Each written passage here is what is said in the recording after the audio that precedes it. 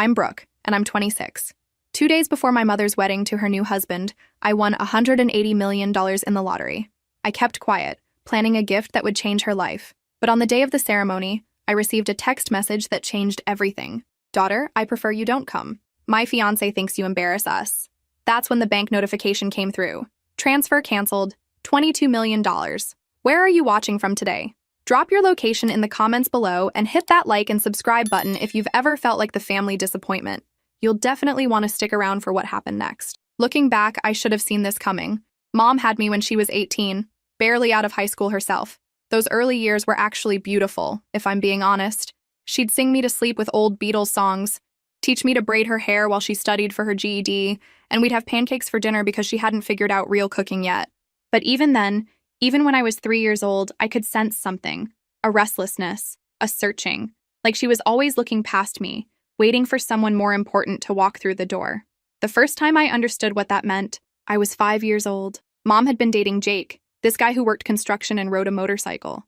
I thought he was the coolest person alive because he let me wear his helmet and showed me how to make paper airplanes that actually flew. One Thursday morning, Mom woke me up early, her face flushed with excitement I'd never seen before. "Pack your favorite toys, baby," she said, pulling my little suitcase from under the bed. "We're going on an adventure." I was thrilled. Mom never took days off from her job at the diner, and adventures were rare in our tiny apartment. "Where are we going?" I asked, carefully placing my stuffed elephant next to my coloring books. "To see Jake," she said, and something in her voice made my stomach twist. "He got a job in Denver. Isn't that exciting?" I didn't know where Denver was, but the way she said it made it sound far away. "For how long?" "Well," Mom sat on my bed, smoothing down my hair the way she did when she had something difficult to say. "Maybe for a long time. Maybe forever." Forever. At 5, forever felt impossibly huge. We drove for 3 days, stopping at motels with thin walls and vending machine dinners.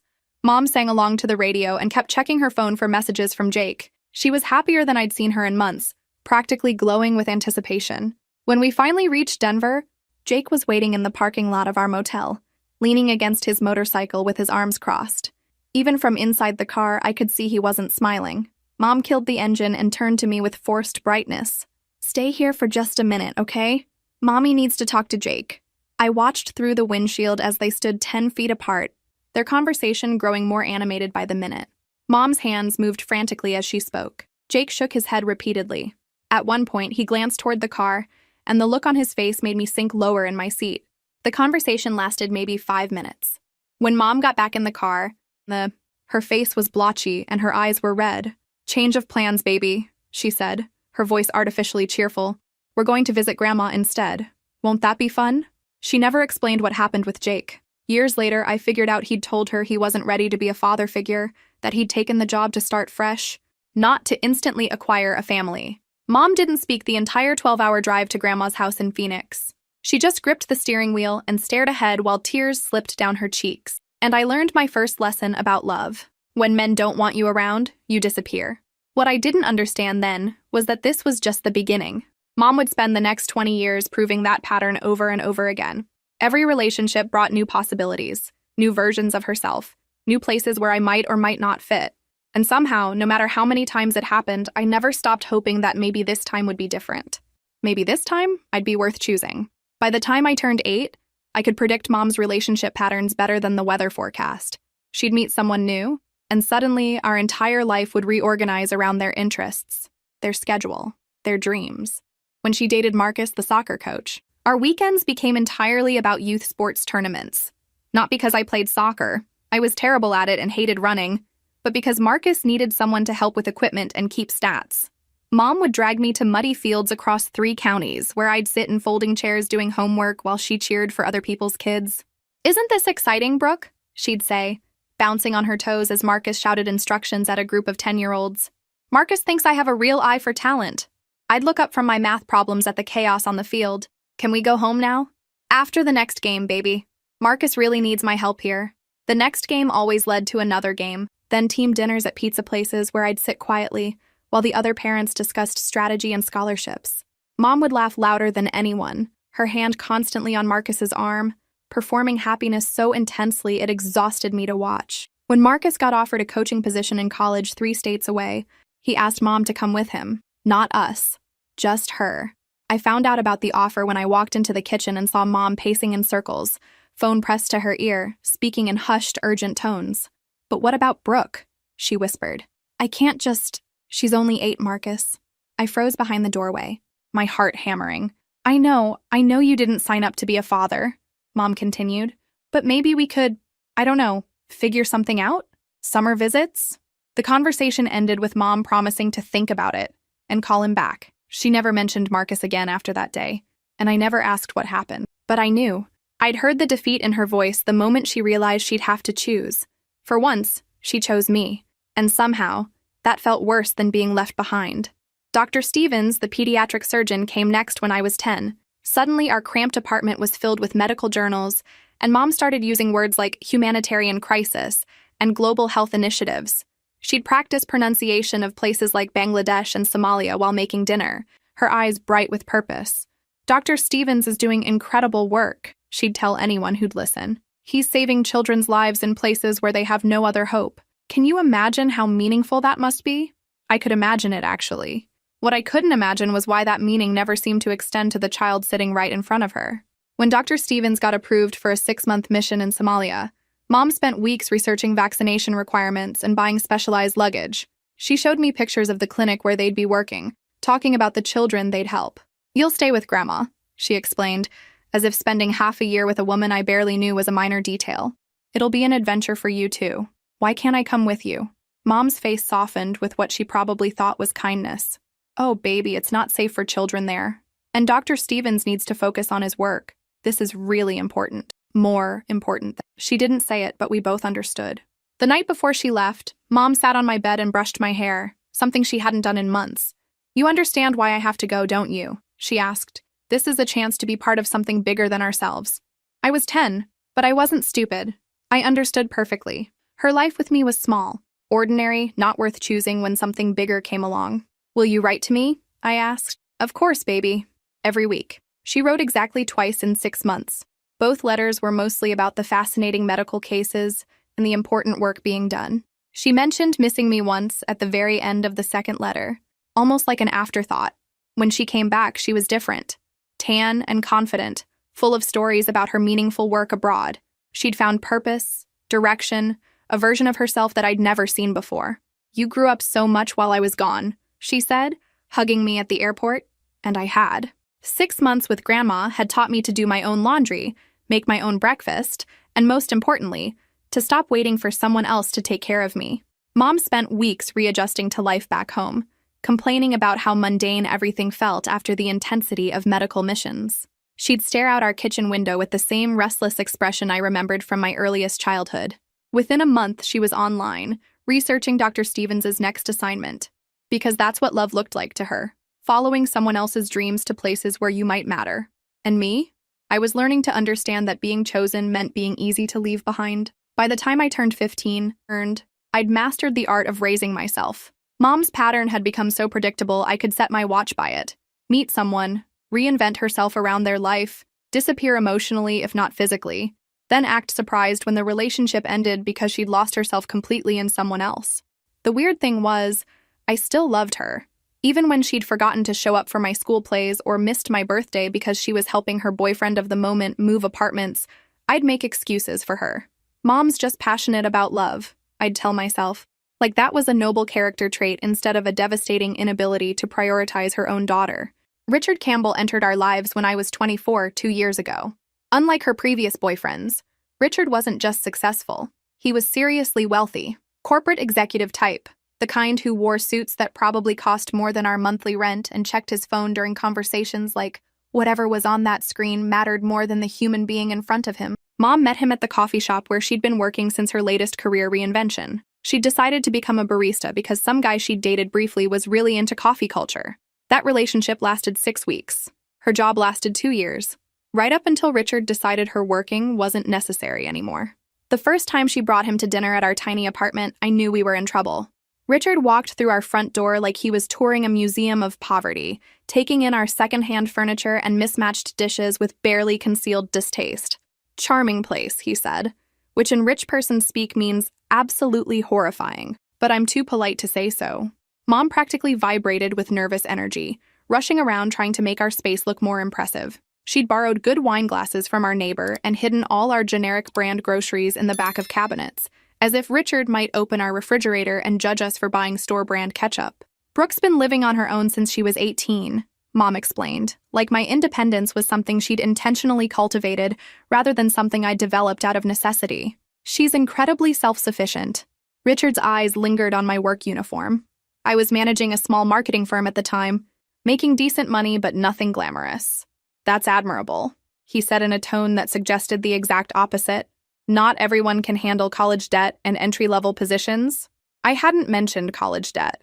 Mom must have told him about my student loans during one of their getting-to-know-you conversations, presenting my financial struggles as casual dinner conversation. Actually, I said, keeping my voice pleasant, I paid off my loans last year, and I've been promoted twice since graduation. Richard raised his eyebrows like this was mildly surprising information. Well, good for you.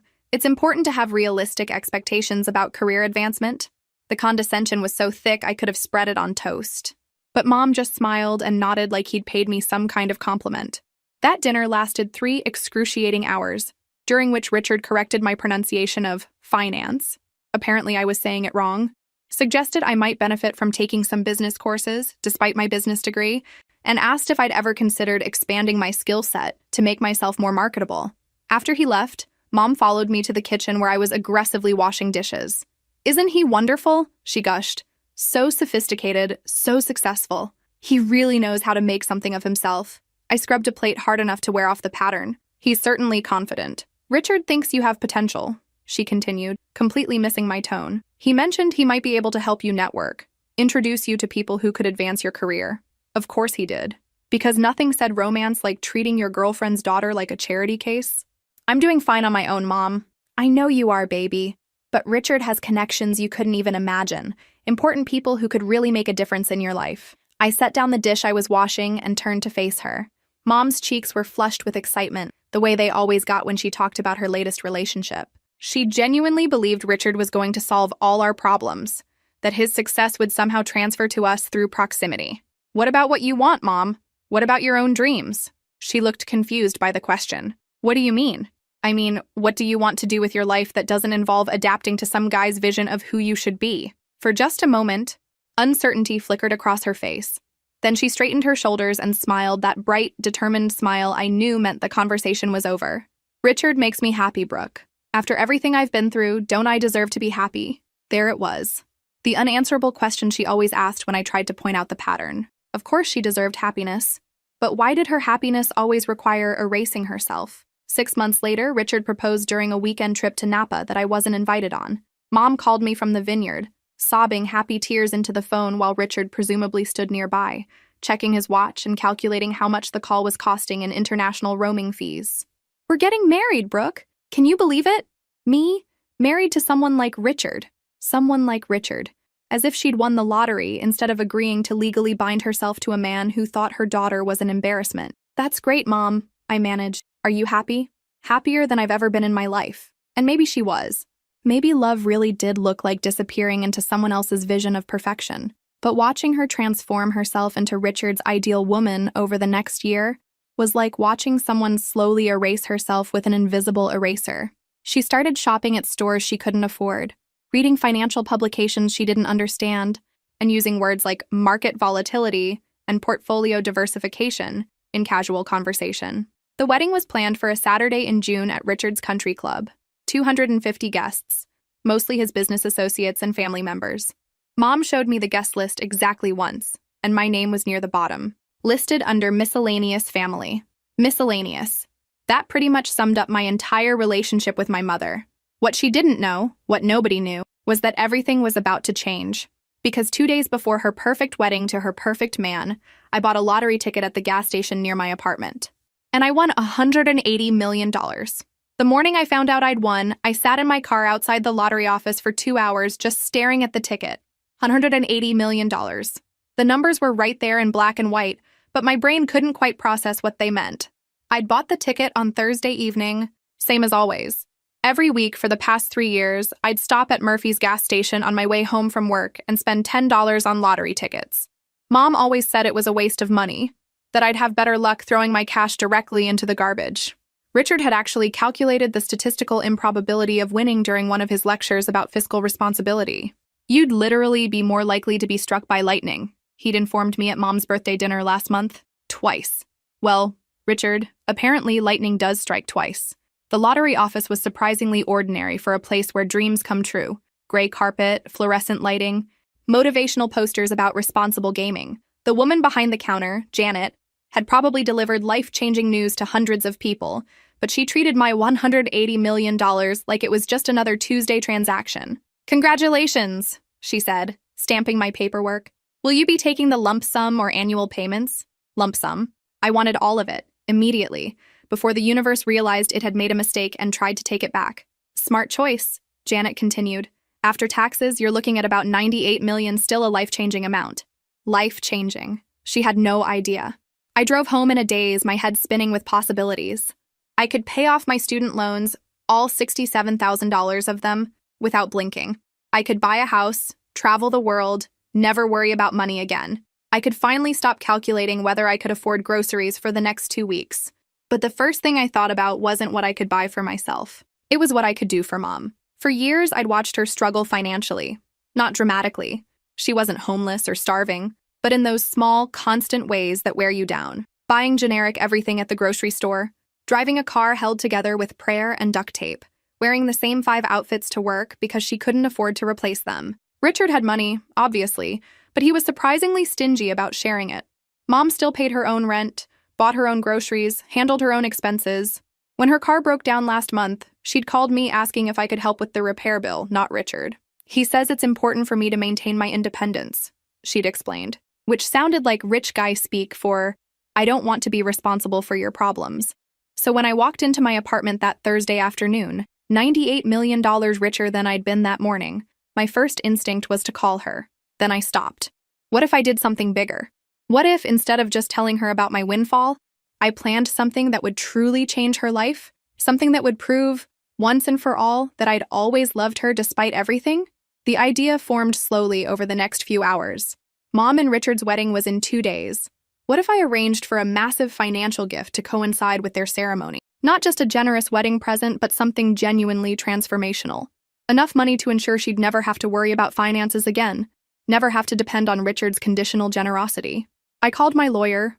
Well, the lawyer I'd hired exactly 4 hours earlier specifically to handle this situation, and explained what I wanted to do. "A $22 million transfer," David repeated slowly, "to your mother's account, as a wedding gift." "Exactly. But I want legal protections in place. If the marriage doesn't work out, if Richard tries to claim any of it, I want ironclad documentation that this money belongs to her alone." David was quiet for a moment. "That's incredibly generous. And yes, we can structure it to protect her interests completely. When did you want this to happen?" "Saturday morning, the day of the wedding. I want it to be a surprise." "Brooke," David said carefully, "that's a lot of money to give someone without discussing it first. Are you sure about this?" I was sure. For the first time in my adult life, I was in a position to take care of Mom the way she'd never quite managed to take care of me. Not because I expected anything in return, but because despite everything, I loved her. And maybe, just maybe, this would finally prove to her that I'd always been worth choosing. Friday night, I couldn't sleep. In less than 24 hours, Mom would wake up to discover she was $22 million richer. I imagined her face when she got the bank notification, the shock and joy and overwhelming relief. For the first time in her life, she wouldn't have to adapt herself to someone else's circumstances. She could be whoever she wanted to be, go wherever she wanted to go. Maybe she'd even realize that her daughter had become someone worth being proud of. I spent most of Friday finalizing the legal paperwork and daydreaming about Mom's reaction. The transfer was set to go through at exactly 10 a.m. Saturday morning, 2 hours before the wedding ceremony. Perfect timing for a perfect surprise. What I didn't expect was waking up Saturday morning to a text message that would change everything. Saturday morning, 8:47 a.m. I was drinking coffee and going over the transfer paperwork one final time when my phone buzzed. Text from Mom. "Daughter, I prefer you don't come today. My fiancé thinks you embarrass us. Hope you understand. We'll call you after the honeymoon." I read it 3 times before the words actually penetrated my brain. "You embarrass us." Not, "Richard has some concerns," or "we'd prefer a smaller ceremony." I embarrass them. Me, the daughter who'd worked 2 jobs to put herself through college. Me, who'd built a career from nothing and never asked them for a dime. Me, who'd spent the last 2 years politely enduring Richard's condescension and Mom's willful blindness to his obvious contempt. I embarrassed them. My hands were shaking so badly I almost dropped the phone. In 73 minutes, $22 million was scheduled to transfer into Mom's account. $22 million I'd planned to give the woman who'd just uninvited me from her wedding because her new husband was ashamed of me. For a moment, I just sat there, staring at that text message and feeling something fundamental break inside my chest. Not heartbreak exactly. More like the sound of a lock clicking permanently shut. Then I called David. "Brooke?" He answered on the first ring. "Is everything okay? The transfer is set to..." "Cancel it." Silence. "I'm sorry?" "Cancel the transfer. All of it. I don't want a single dollar going to her account." "Brooke, slow down. What happened?" I read him the text message, my voice surprisingly steady. When I finished, David was quiet for a long moment. "I see," he finally said. "Are you sure about this? That's a significant amount of money, and this decision feels very emotional right now." "I'm sure." "Okay, I can cancel the transfer immediately. But Brooke, once I do this, the bank will send an automatic notification about the cancellation to the receiving account. Your mother will know that a large transfer was scheduled and then canceled." "Perfect. How large will it show on her end?" "The full amount, $22 million. "Do it." David transferred me to hold while he called the bank. I used those few minutes to pour myself another cup of coffee, my hands finally steady again. The strangest part was how calm I felt. Not angry, not devastated, just done. "It's canceled," David said when he came back on the line. "The bank confirms no funds will transfer, and the cancellation notification will be sent to the receiving account within the next few minutes." "Thank you." "Brooke, are you sure you're okay?" I looked around my apartment, my tiny, humble, embarrassing apartment that I'd worked so hard to afford. "I'm better than okay, David. I'm free." We hung up, and I sat back down at my kitchen table to wait. The call came at 9:23 a.m. "Brooke?" Mom's voice was so loud I had to hold the phone away from my ear. "What is this? What is this bank notification? It says a transfer was canceled for $22 million. $22 million. I took a sip of my coffee. "I can hear you, Mom. You don't have to yell. Don't you dare act casual with me right now. Where did this money come from? What transfer? Why was my name on it?" "It was a wedding gift," I said simply. "I won the lottery. I was going to give you $22 million as a surprise for your big day." The silence on the other end was so complete I thought we'd been disconnected. You won the lottery?" Her voice was barely a whisper now. "Thursday, $180 million total. I wanted to share it with you. I thought maybe if you never had to worry about money again, you could finally be yourself instead of whoever Richard wants you to be." Oh my God. Oh my God, Brooke, this is incredible. This changes everything. I can't believe $22 million? Could have been, I corrected. But then I got your text message this morning.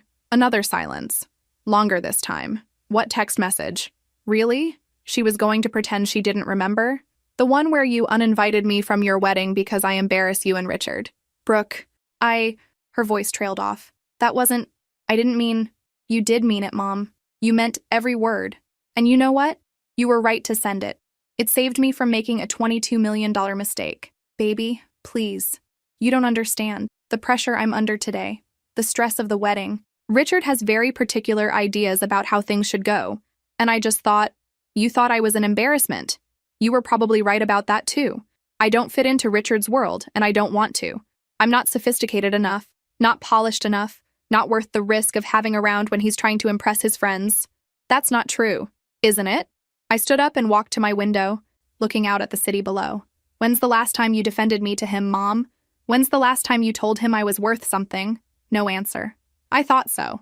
Well, here's the thing about that $22 million. It's gone. You made your choice this morning when you sent that text. You chose Richard over me, just like you've chosen every man over me for the past 20 years.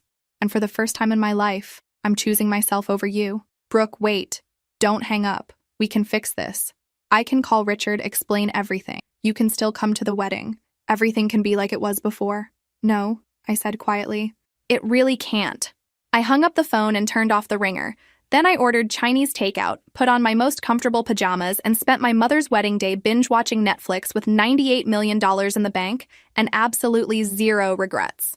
The pounding on my apartment door started at 2:17 p.m., right in the middle of the ceremony that I supposedly wasn't sophisticated enough to attend. I paused my Netflix show and listened. The knocking was frantic, desperate.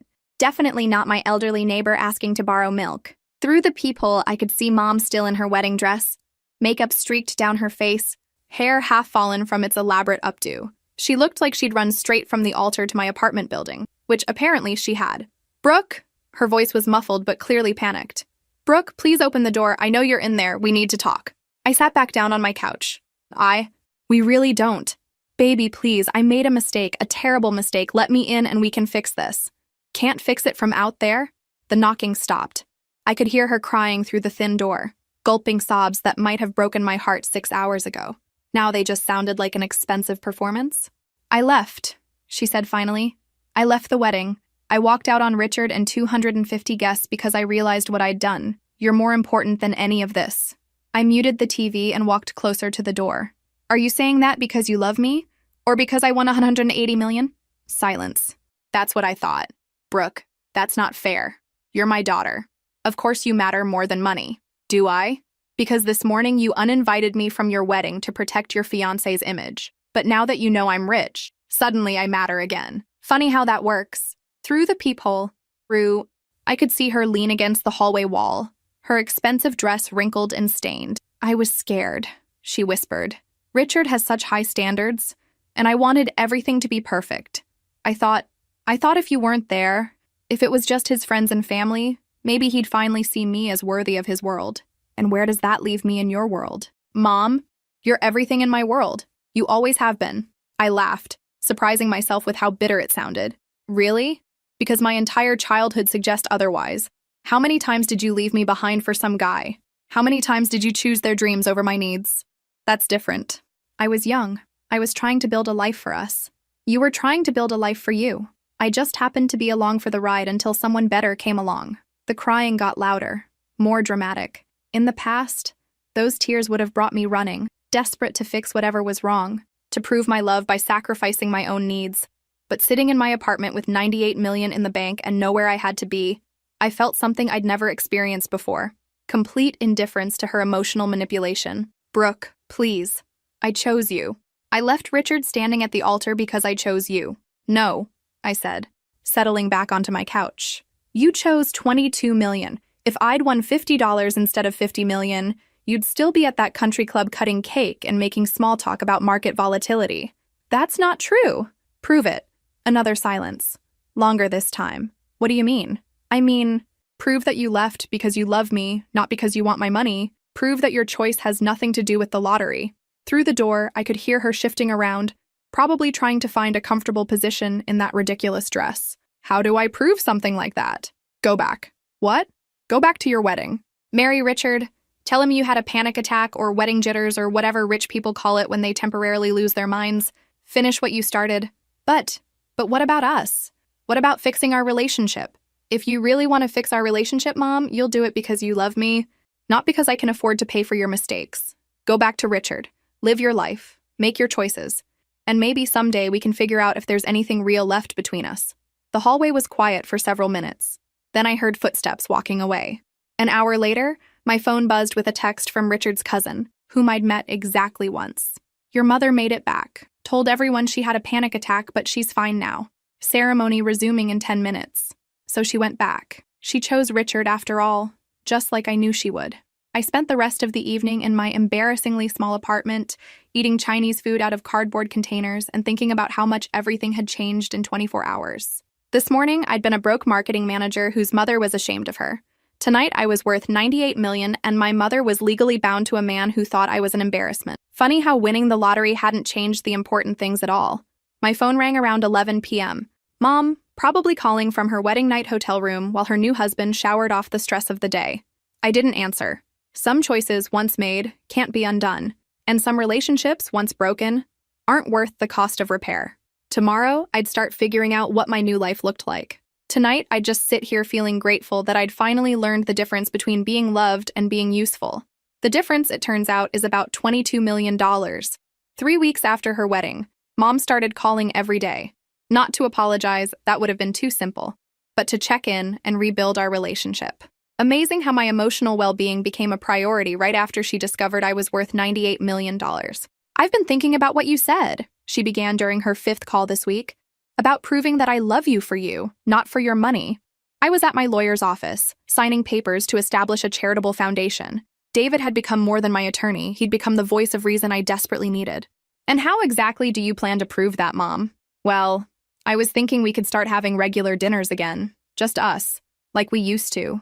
Like we used to. When exactly was that? I couldn't remember a single period in my life when Mom and I had regular mother-daughter dinners without some boyfriend hovering in the background, dictating the conversation. That sounds nice, I said, watching David organize documents. But I'm pretty busy these days. Busy with what? Brooke, honey, you don't need to work anymore. You could quit your job, travel, enjoy your life. There it was. She'd been thinking about my money, calculating what my new lifestyle should look like, probably discussing it with Richard, who'd no doubt have opinions about proper wealth management. Actually, I like my job, but surely you can take some time off. Maybe we could plan a trip together. I've always wanted to see Europe. I almost laughed. Mom had wanted to see Europe when she was dating Marcus, the soccer coach, too, and when she was with Dr. Stevens, and probably with half a dozen other men who'd promised to show her the world. The difference was, now she thought I could pay for it. Mom, can I ask you something? Of course, baby. In the 3 weeks since your wedding, how many times have you fought with Richard about me? Silence. Because I'm guessing he's not thrilled about his new wife having a millionaire daughter who embarrasses them at social events. Richard is adjusting to the news. Adjusting. Right. What did he say when you told him you'd left the wedding to chase after me? Another pause. He was confused, hurt. He didn't understand why I would abandon our special day for a family drama. Family drama. That's what my mother's love for me had become in Richard's vocabulary. And she'd adopted his language without even realizing it. And what did you tell him? I explained that you were upset about not being invited, and that I felt guilty about the misunderstanding. Misunderstanding. Not, I made a terrible mistake, or I chose a man over my daughter again. A misunderstanding. So you didn't tell him you'd realized you were wrong to prioritize his comfort over your relationship with me? Brooke, it's more complicated than that. Richard has a certain position in society, and I'm still an embarrassment. That's not what I said. It's what you meant. Mom, here's the thing. I don't care about Richard's position in society.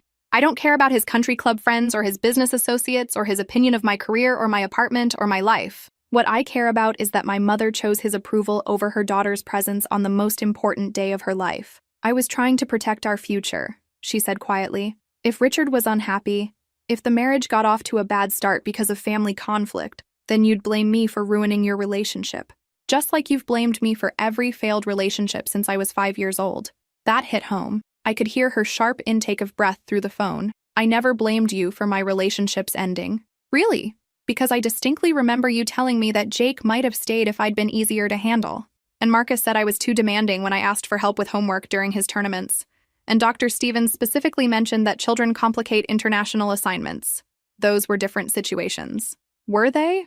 Or is this the same pattern we've been dancing for 20 years? With the only difference being that now I have enough money to walk away from it? The silence stretched for a full minute. Finally, Mom spoke, her voice smaller than I'd heard in years.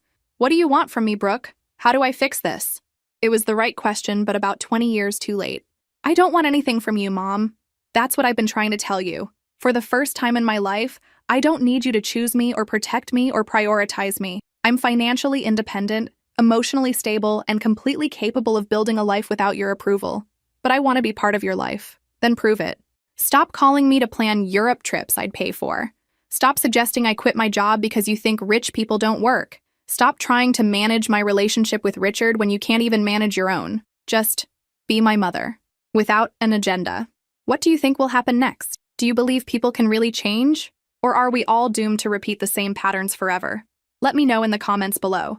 The conversation ended with vague promises to think about what I'd said, but I wasn't holding my breath.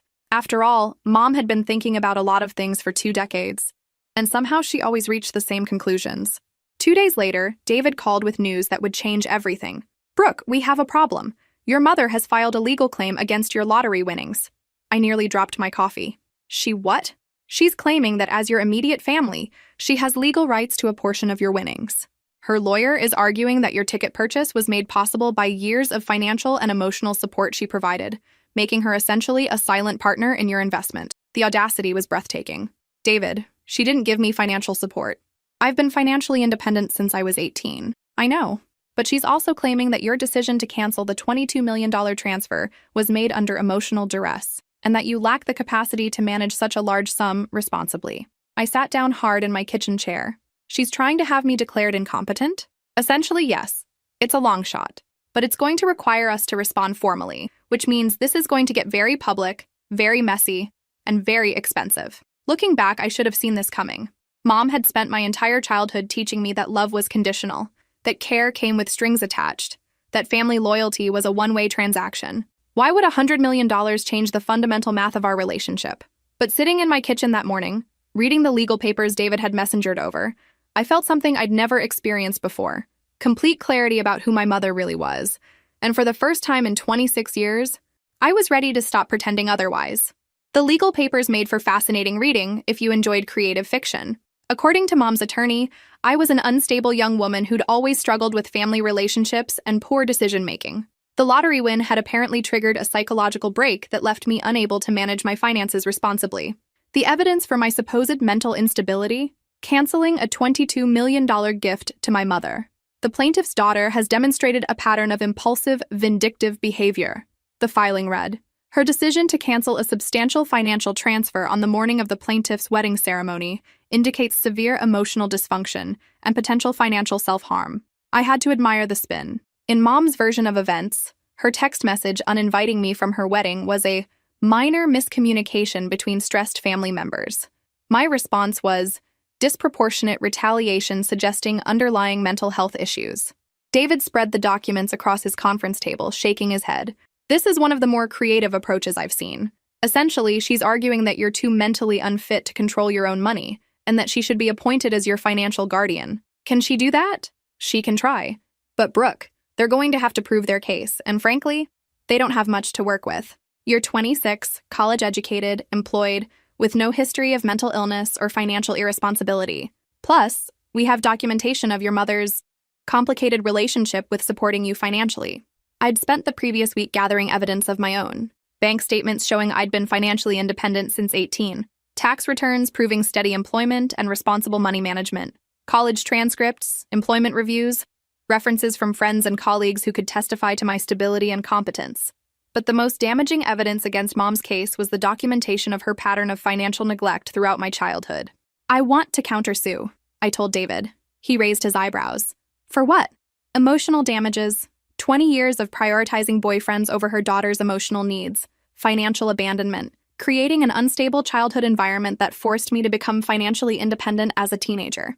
Brooke, I understand you're angry, but I'm not angry, David. I'm done. She wants to make this about my mental fitness. Let's make it about her parental fitness. The countersuit we filed painted a very different picture of our family dynamic. 20 years of documented neglect, abandonment, and emotional manipulation. School records showing emergency contacts because Mom was traveling with whatever boyfriend she was following that month. Financial aid applications where I'd had to list myself as an independent student because she wasn't providing support. The most devastating evidence was Mom's own social media history, which told the story of 2 decades of romantic relationships, where I was either absent from photos entirely or relegated to the background while she performed happiness with her latest partner. Your Honor, David said during our preliminary hearing, the plaintiff's claim that she supported her daughter financially is contradicted by extensive documentation showing that Ms.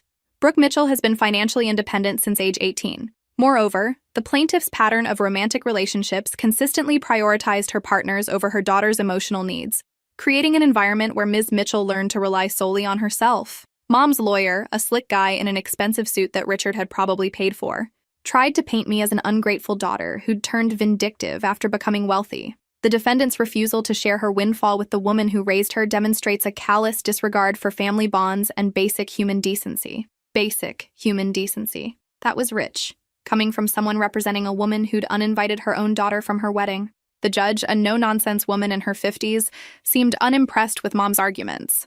Counsel, are you arguing that winning the lottery creates an obligation to share those winnings with family members?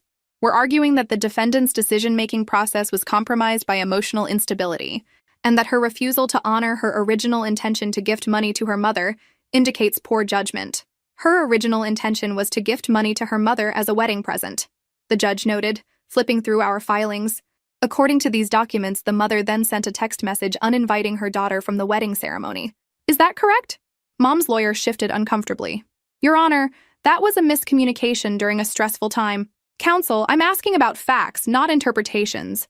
Did the plaintiff send her daughter a message stating that she preferred her daughter not attend the wedding? A long pause. Yes, Your Honor. And the defendant responded by canceling the financial gift? Yes, Your Honor, but which suggests her decision-making was quite logical, actually. If someone disinvites me from their wedding because I embarrass them, I probably wouldn't give them $22 million either. I had to bite my lip to keep from smiling. The hearing lasted 2 hours, during which Mom's case fell apart like a house of cards in a hurricane. By the end, even her expensive lawyer looked like he wanted to be anywhere else. The plaintiff's motion is denied, the judge ruled. Furthermore, this court finds the claim to be frivolous and without merit. Ms. Mitchell, you are under no legal obligation to share your lottery winnings with anyone, regardless of family relationship. Case dismissed. Walking out of that courtroom, I felt lighter than I had in months. Not because I'd won, the outcome was never really in doubt, but because the last illusion about my relationship with Mom had finally been shattered. She'd literally tried to have me declared mentally incompetent so she could steal my money. And somehow, that clarity was the most liberating gift she'd ever given me. The phone calls started immediately after the court dismissal. Not from Mom. She was apparently too embarrassed to contact me directly, but from Richard's family members. Mutual acquaintances, even distant relatives I hadn't spoken to in years. Brooke, this is your cousin Jennifer.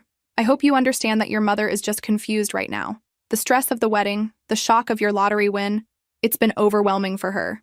Confused. That was the word everyone seemed to be using to describe a grown woman who'd tried to legally steal her daughter's money. Jennifer, she filed a lawsuit claiming I was mentally incompetent.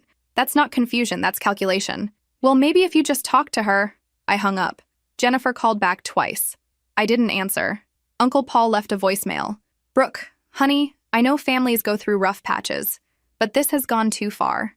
Your mother raised you by herself, sacrificed so much for you. The least you could do is share some of your good fortune. Sacrificed so much. What had Mom sacrificed exactly? Every major decision she'd made prioritized her own romantic happiness over my needs. The only sacrifice she'd ever made was giving up potential relationships with men who didn't want children around, and she'd made it very clear that those sacrifices weren't voluntary. Even my grandmother called, her voice weak but determined. Brooke, I don't understand what's happening with you and your mother, but this lawsuit business is tearing the family apart. Can't you just give her some money and end all this foolishness? Just give her some money. As if 26 years of emotional abandonment could be resolved with a financial transaction. But it was Richard's sister who delivered the most revealing message. Brooke, Richard is very concerned about how this legal situation is affecting his wife's mental health. Perhaps we could arrange a mediated settlement that would be acceptable to everyone. His wife's mental health, not his stepdaughter's relationship with her mother.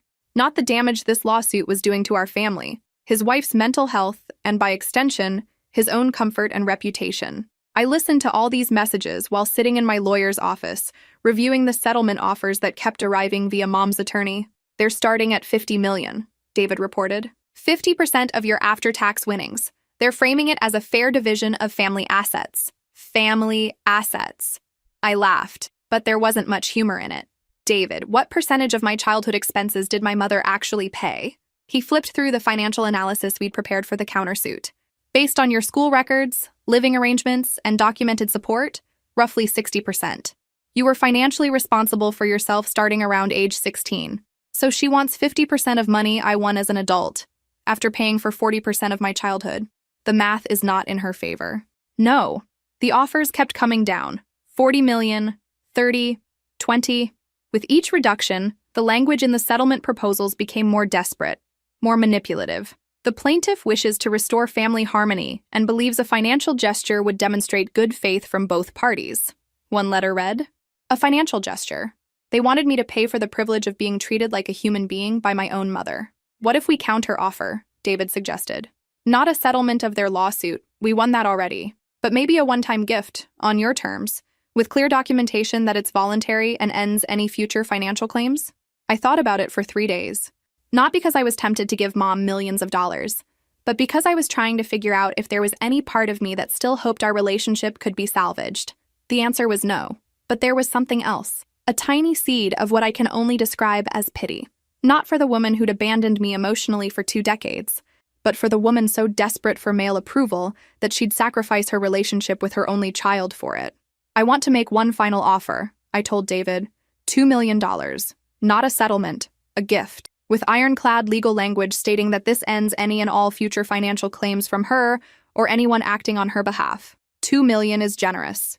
Brooke. Much more generous than the situation warrants. It's not about what she deserves, David. It's about who I want to be. I don't want to be someone who could help and chose not to, even if the person needing help has treated me terribly. The papers were drawn up within a week. $2 million? Transferred directly to an account in Mom's name only, with legal protections ensuring Richard couldn't touch it. The agreement included language stating that this was a final, voluntary gift that ended all financial obligations between us. She has 48 hours to accept or reject the offer, David explained. If she rejects it or tries to negotiate, the offer is permanently withdrawn. Mom accepted within 6 hours. The transfer went through on a Friday afternoon. I got the bank confirmation at 3:47 p.m., $2 million, successfully deposited into Linda Mitchell Campbell's account. I felt exactly nothing. That night, I called my travel agent and booked a flight to Portugal, a country I'd dreamed of visiting since college but could never afford. One-way ticket, leaving in 2 weeks. How long will you be staying? She asked. I don't know yet. Maybe forever. For the first time in my adult life, I was free to go anywhere, be anyone, start over completely. No family obligations, no guilt, no one else's needs to consider before my own. The woman who'd taught me that love was conditional and approval had to be earned had finally set me free, even if that hadn't been her intention. And for that, $2 million seemed like a bargain. Portugal was supposed to be a vacation. 3 weeks in Lisbon, maybe a trip to Porto. Some time to think about what I wanted to do with the rest of my life now that money wasn't a concern. I booked a beautiful apartment in the Alfama district, with views of red tile roofs and the Tagus River. What I didn't expect was to fall completely in love with the country. There's something about Lisbon that gets into your soul. The way the light hits the pastel buildings at sunset, turning everything golden and magical. The sound of fado music drifting from tiny restaurants tucked into narrow cobblestone streets. The warmth of people who'd lived through dictatorship and revolution and emerged with this incredible appreciation for simple pleasures. Good food, strong wine, time with family that actually meant something. I extended my trip twice, then started looking at real estate. The apartment I bought was in a restored 18th century building with original tile work and a terrace overlooking the city.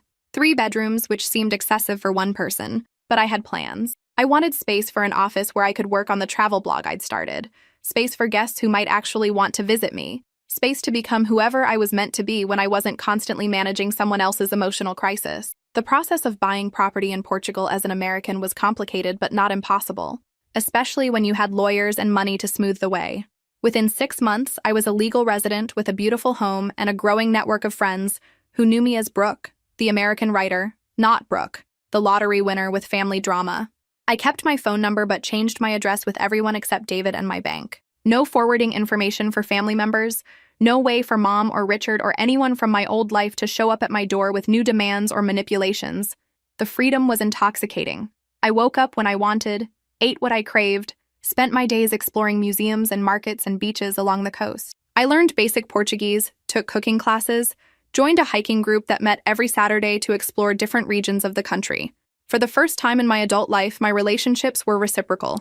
When my friend Anna invited me for dinner, it was because she enjoyed my company, not because she needed something.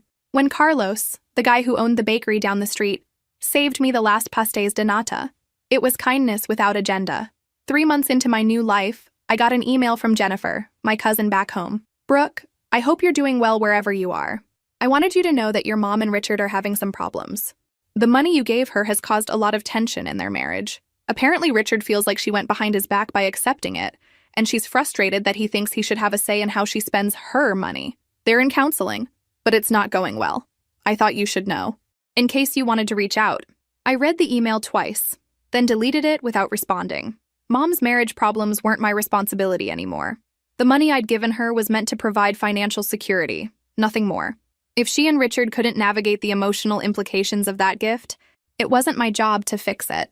A week later, another email from a different relative. Your mother really misses you, Brooke. I know you're angry, but holding grudges isn't healthy. Family is family. Family is family.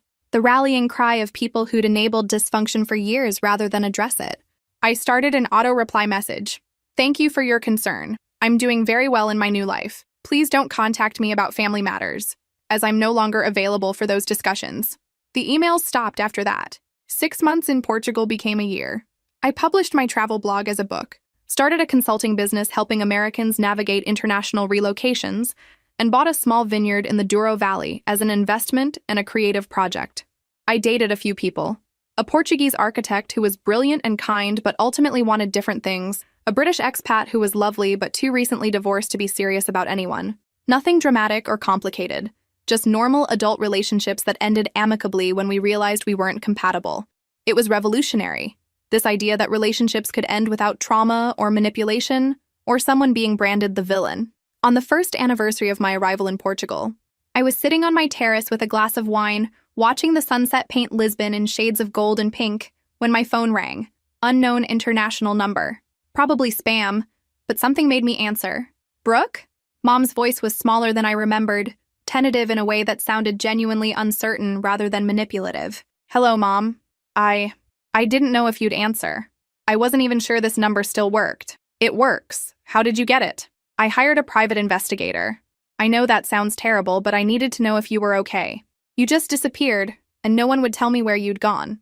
I took a sip of wine and watched a couple walking hand in hand down the street below. I'm fine, Mom. Better than fine, actually. Are you coming home? This is home now. A long pause. Brooke, I know I made mistakes. Terrible mistakes. The lawsuit was Richard's idea, but I went along with it, and that was wrong. I've been in therapy, trying to understand why I keep making the same choices over and over. That's good. Mom, everyone can benefit from therapy. Richard and I are getting divorced. I felt nothing. No satisfaction, no vindication, no sadness. Just a mild interest like hearing about the weather in a place you'd never visit. I'm sorry to hear that. Are you? Because I left him, Brooke. I finally chose differently. I chose myself, and by extension, I chose you. Doesn't that count for something? It was the right question, but about 15 years too late. Mom, I'm glad you're making healthier choices, but you didn't choose me when it mattered. You chose me when your marriage became inconvenient, which isn't the same thing. So that's it? You're never coming home? Never speaking to me again? I looked out at the city I'd grown to love, at the life I'd built from nothing, at the peace I'd found when I'd stopped trying to earn love that was never really available. I don't know, Mom. Maybe someday we'll have a different conversation, but right now, I'm exactly where I need to be. After we hung up, I sat on my terrace until the stars came out, thinking about patterns and choices, and the difference between loving someone and being available for their dysfunction. Mom was finally in therapy, finally questioning the choices she'd made for 26 years. That was progress, even if it was 20 years overdue. But her journey toward emotional health wasn't mine to manage anymore. I'd spent enough time trying to love someone into making better choices. Now, finally, I was choosing myself. The second year in Portugal brought unexpected clarity about what I'd actually escaped when I left America. It wasn't just Mom's dysfunction. It was an entire ecosystem of people who'd normalized emotional manipulation as family loyalty. I realized this when my grandmother died and I flew back for the funeral. The church was full of relatives I hadn't seen in 2 years, all of whom seemed shocked by my appearance. I'd lost weight in Portugal, not from stress, but from hiking and swimming and eating fresh food instead of convenience meals. My hair was longer, my skin was tanned, and I carried myself differently, like someone who'd never had to apologize for taking up space. Brooke! Aunt Linda grabbed my arm as I walked into the church. You look so different. Are you okay? I'm great, actually, really great. She studied my face like she was searching for signs of the person she remembered, the anxious young woman who'd spent every family gathering managing other people's emotions. We've all been so worried about you, disappearing like that. Your mother has been heartbroken. I looked across the church to where Mom sat in the front pew, dressed in black, accepting condolences from a steady stream of visitors. She looked older, thinner, and genuinely sad about losing her mother, but she also looked smaller somehow, like someone who'd spent the past 2 years learning uncomfortable truths about herself. She looks like she's managing, I said. Brooke, this coldness isn't like you. Grandma always said you had the biggest heart in the family. There it was. The subtle accusation disguised as a compliment. The implication that I'd become someone cruel by refusing to absorb other people's dysfunction. I still have a big heart, Aunt Linda. I just don't use it to enable people anymore. The funeral service was beautiful. Grandma had lived to 93, had seen her children and grandchildren grow up, had died peacefully in her sleep. If you had to go, it was the way to do it.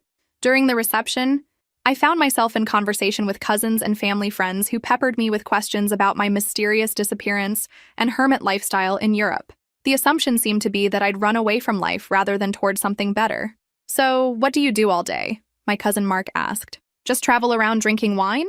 "I run a business helping Americans relocate internationally. I wrote a book about cultural integration. I'm learning Portuguese and Spanish. I volunteer at a literacy program for immigrants." He looked confused, like this information didn't fit his mental image of me as a broken person hiding from reality. "But don't you miss home? Miss your family?"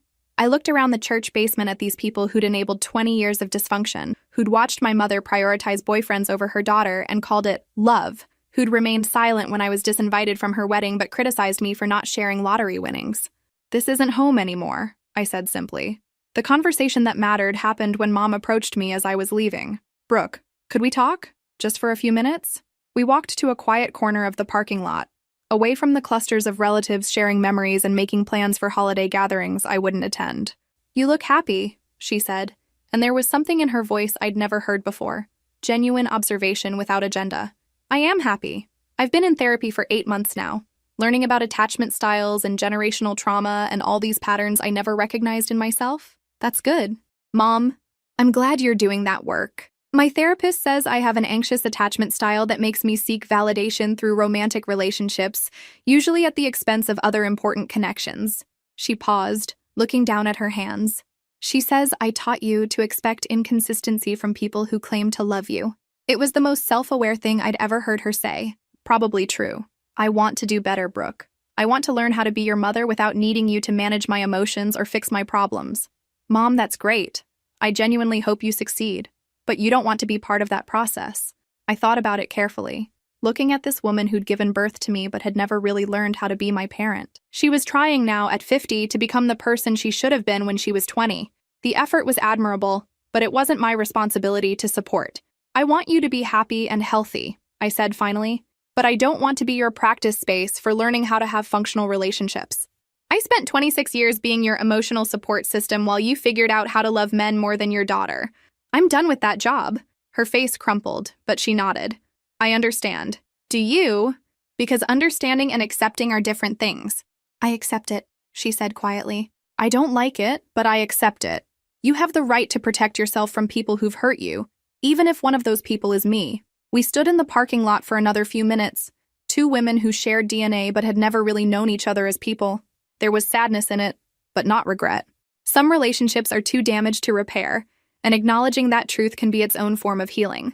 "I love you, Brooke. I know I never showed it properly, but I do love you. I know you do, Mom, in the only way you knew how." I flew back to Portugal the next day, carrying with it a sense of completion I hadn't expected. Mom was finally doing the work she should have done decades ago. It was too late to repair our relationship, but it wasn't too late for her to become the person she was meant to be. And for me, it was confirmation that I'd made the right choice in building a life where love wasn't conditional, where I didn't have to earn my place in people's affections, where my worth wasn't determined by my usefulness to others. Some bridges burn for good reasons. Sometimes the most loving thing you can do is let them stay burned and build a better life on the other side. 5 years later, I'm sitting on my terrace in Porto, where I moved after buying and renovating a small quintal in the heart of the city. It's early morning, and the Douro River is reflecting the first light of dawn off the water. I've got a cup of perfectly brewed coffee, a pastry from my favorite bakery, and a sense of contentment that still surprises me sometimes. Yesterday, I got an email from a journalist writing an article about lottery winners and what happens to their money. She'd somehow tracked me down and wanted to interview me about my unique approach to managing sudden wealth. "Most people who win large amounts either go broke within a few years or become isolated by their money," she wrote. "But you seem to have used your winnings to build an authentic life. How did you do it?" The answer, I realized, wasn't about money management or investment strategies or any of the practical advice financial planners give lottery winners. It was about learning the difference between being loved and being useful. For 26 years, I'd confused my mother's need for me with love. Every time she came back from following some boyfriend to a new city, every time she called in crisis, every time she needed emotional or financial support, I interpreted that need as proof that I mattered to her. But need isn't love. Dependence isn't connection. And being someone's emotional dumping ground isn't the same as being their beloved daughter. The lottery didn't teach me that lesson. It just gave me enough resources to act on what I'd always known, but been afraid to acknowledge. I've built a good life here. My consulting business helps 20 to 30 Americans each year navigate the complex process of relocating to Europe. My book about cultural integration has been translated into 4 languages.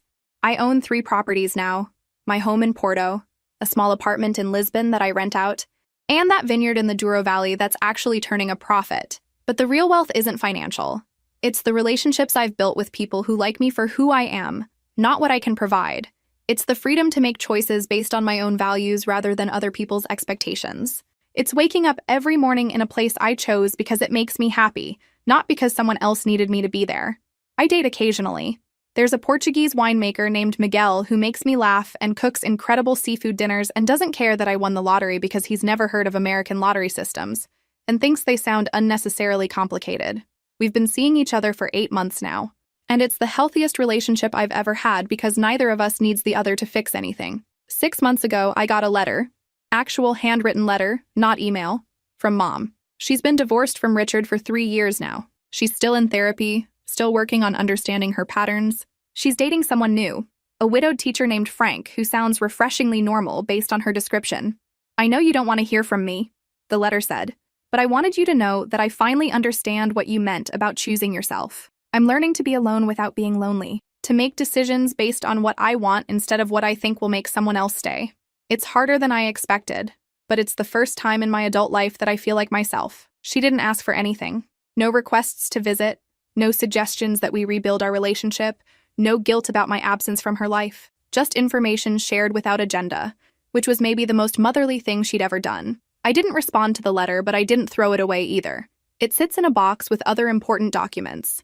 Not treasured, but acknowledged as part of a story that shaped me even as I chose to write a different ending. Yesterday, I was walking through the market near my house when I overheard 2 American tourists discussing family obligations.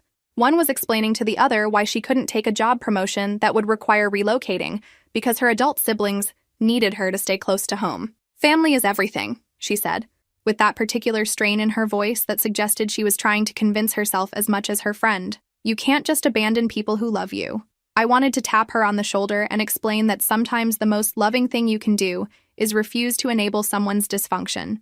That real love doesn't require you to sacrifice your dreams to make other people comfortable.